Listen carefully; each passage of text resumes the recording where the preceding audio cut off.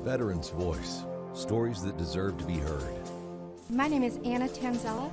I was a captain in the U.S. Air Force, and this is my story. My journey into the Air Force was a little bit different.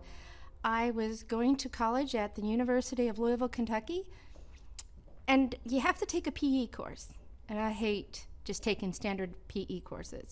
I saw a friend sitting in one of the rooms to get a little briefing about something, and I didn't know what it was, so I sat down there with him to find out what it was all about.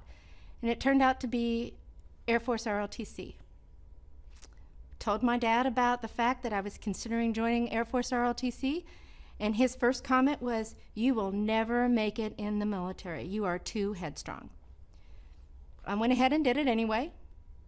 Went through my 4 years at the university, joined the military, and loved every single moment. I was an Air Force officer.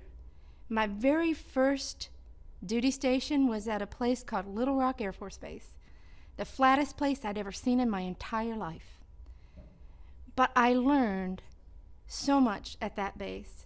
I learned how to be a better me, how to be a better manager, how to really understand and inspire individuals.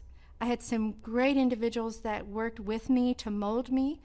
I had some unbelievable experiences. Worked for the command called Strategic Air Command, which is no longer a command, but in their mind, everything had to be perfect.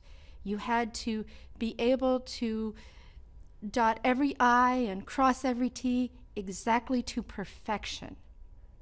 Because of the fact that I had learned so many great lessons, I wound up being on the base inspection general team to kind of prep for when the headquarters teams and the Strategic Air Command team would come and do their inspections. And when they talk about white gloves, that's exactly what they did. They checked that everything was painted and everything was perfect. And so I got to be on the base team to make sure that we were prepped for it. I did that for the entire 8 years I was in the military and actually got recruited to go to the headquarters team. I've learned and I've met so many unbelievable people that taught me what it was like to be in the military and how to connect in the military. And then I left. And I felt like I'd fallen off of a cliff. All of the connections I made in the military, all of the people that I had met, they were still there, but they were still doing their job. They were still serving. And I was in a civilian community that didn't understand who I was or what I was about anymore. I spent 13 years in corporate America doing a job that never quite felt right. I wasn't giving back to society anymore. I wasn't doing something that was meaningful. And I did that for 13 years because the money was really good. But then I decided to take a little bit of a chance and did volunteer work. I've always done volunteer work even while I was in the Air Force. I started working in a mentor leadership program for youth with incarcerated parents. I did that for 8 years as a volunteer and then had the opportunity to come down here to Florida and met the wonderful staff at Camaraderie Foundation. Became their program manager and took those mentor leadership skills that I had learned for mentoring youth with incarcerated parents to mentoring transitioning veterans and now their spouses. It was like a hole was filled in my soul. I was able to give back to the community in ways I never really understood I was missing.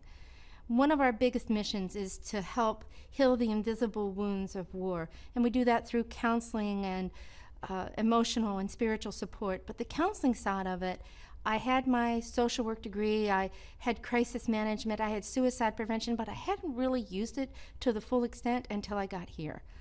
And one of my first phone calls that I remembered was a young veteran that was at the end of his rope. He had already attempted suicide multiple times, and he didn't know where else to go. And he had called us because every other system had failed him. And because of my service and everything that I'd learned in the Air Force, I was not about to fail him. We were able to get him a counselor and get connected with individuals that helped support him through not only the counseling side, but also through the Family Fun Days and our mentor leadership program. that helps pair the transitioning veterans and spouses with business leaders. It's such an amazing feeling to be able to give back and make a difference in people's lives. I hope I get to do that for the rest of my life. And thank you very much. My name is Anna Tanzilla, and this is my story.